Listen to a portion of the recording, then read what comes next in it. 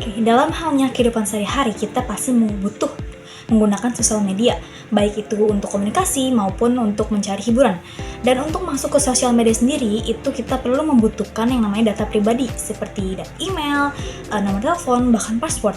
Dan bagaimana jika justru data-data yang kita masukkan ke dalam sosial media itu menjadi bocor dan menjadi bahan konsumsi publik? Oke, berikut simak video penjelasannya. Assalamualaikum warahmatullahi wabarakatuh. Perkenalkan, nama saya Carla Pila Iskandar dengan NIM 1706624124154. Jadi video ini dibuat dengan tujuan untuk menyelesaikan tugas hukum bisnis dan sebagai penjelasan materi tentang perlindungan data pribadi konsumen. Mari kita bicara tentang data pribadi. Apa sih itu data pribadi? Data pribadi sendiri itu adalah informasi yang dapat kita gunakan untuk mengidentifikasi seseorang, baik itu secara langsung maupun tidak langsung. Nah, contohnya itu seperti nama lengkap kita, itu data pribadi kita.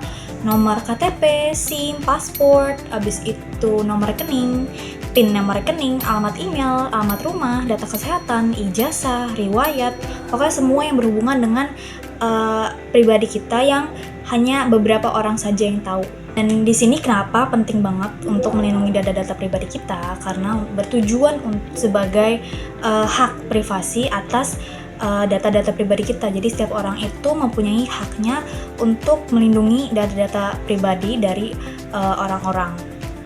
Dan juga pentingnya untuk melindungi data-data pribadi kita itu sebagai mencegah penyalahgunaan dari penipuan atau konsumer publik yang ingin mencuri data-data kita untuk mereka manfaatkan. Oke, mari kita bicarakan tentang perlindungan data pribadi sebagai konsumen atau konsumer. Perlindungan data pribadi konsumen ini sudah diatur dalam Undang-Undang Nomor 27 Tahun 2022 tentang Perlindungan Data Pribadi atau UU PDP. Nah, UU PDP ini menjadi landasan utama dalam melindungi hak privasi dan keamanan informasi individu atau sebagai informasi konsumen. Nah, UU ini mengatur tentang pengumpulan, penggunaan, penyimpanan, dan perlindungan data pribadi.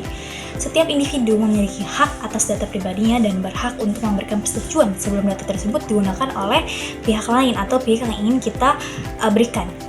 Oke, selain dari UU nomor 27 itu, ada UU ITE juga membahas tentang transaksi elektronik atau keuangan tentang perlindungan data pribadi. Dalam UU tadi membahas tentang hak konsumen, dan jadi kita sebagai konsumen itu mempunyai hak atas pribadi kita, hak untuk tahu informasi apa yang kita gunakan, hak untuk mengakses juga dan melihat data-data yang kita kumpulkan tentang diri kita, dan kita juga mempunyai hak untuk menghapus atas data-data yang tidak relevan lagi atau yang sudah kita berikan. Dan kita juga punya hak untuk menolak atas permintaan data atau pemrosesan data. Oke, selain kita sebagai konsumen yang harus melindungi data-data pribadi kita dan mempunyai hak atas data pribadi kita, yang berkepentingan atau pihak lain yang mengakses data pribadi kita, atau kita sebut sebagai perusahaan yang mengakses data pribadi kita yang kita berikan kepada perusahaan tersebut, juga mempunyai kewajiban atas hak pribadi kita. Nah, kewajiban perusahaan dalam mengelola data pribadi kita yaitu untuk mengamankan data, menggunakan teknologi atau sistem keamanan lainnya untuk melindungi data-data kita dari ancaman-ancaman penipuan atau konsumsi publik. Dan perusahaan juga wajib memiliki persetujuan sebelum menggunakan data-data pribadi kita agar kita juga merasa aman ya. Dan perusahaan juga wajib memberitahukan pelanggaran dan melaporkan jika ada terjadinya kebocoran data. Perusahaan juga wajib menyediakan opsi untuk konsumen atas kontrol data-data yang akan mereka gunakan, seperti kayak Google itu mempunyai banyak banget perizinan, dan Google juga menyediakan opsi untuk konsumennya agar konsumennya itu merasa aman, seperti akses untuk kamera, akses untuk mikrofon, dan itu juga merupakan salah satu perlindungan atas data-data pribadi kita selama kita menggunakan Google tersebut. Oke, jadi bagaimana kita mencegah dari semua kebocoran data atau data-data yang digunakan secara ilegal oleh pihak-pihak tertentu. Dan maka untuk melindungi data pribadi kita sendiri sebagai konsumen itu dengan cara nggak memberikan data pribadi secara sembarangan kepada pihak yang kita belum benar-benar tahu dan belum kita kasih kepercayaan. Lalu juga untuk memastikan situs atau layanan memiliki kebijakan privasi yang jelas dan diawasi oleh pemerintah. Dan yang ketiga ini sebenarnya ini pribadi, jadi menggunakan kata sandi yang susah ditebak.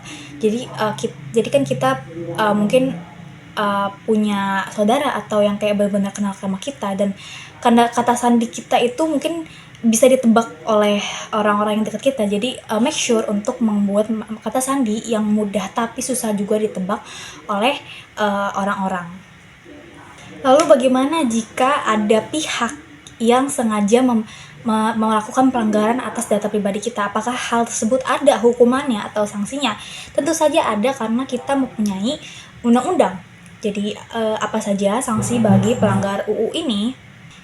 Dalam UU PDP ini, pelanggaran dapat dikenakan, yang pertama itu adalah sanksi administratif berupa teguran, denda, atau pembukuan izin atas pelanggaran yang dilakukan. Lalu yang kedua itu ada sanksi pidana, hukuman penjara hingga 6 tahun dan denda hingga 6 miliar jika benar-benar merugikan pihak atas kebocoran data pribadi kita. Makanya kalian pasti pernah dengar kasus tentang bocoran data Kominfo oleh hacker-hacker. Jadi Kominfo itu kan adalah pusat komunikasi.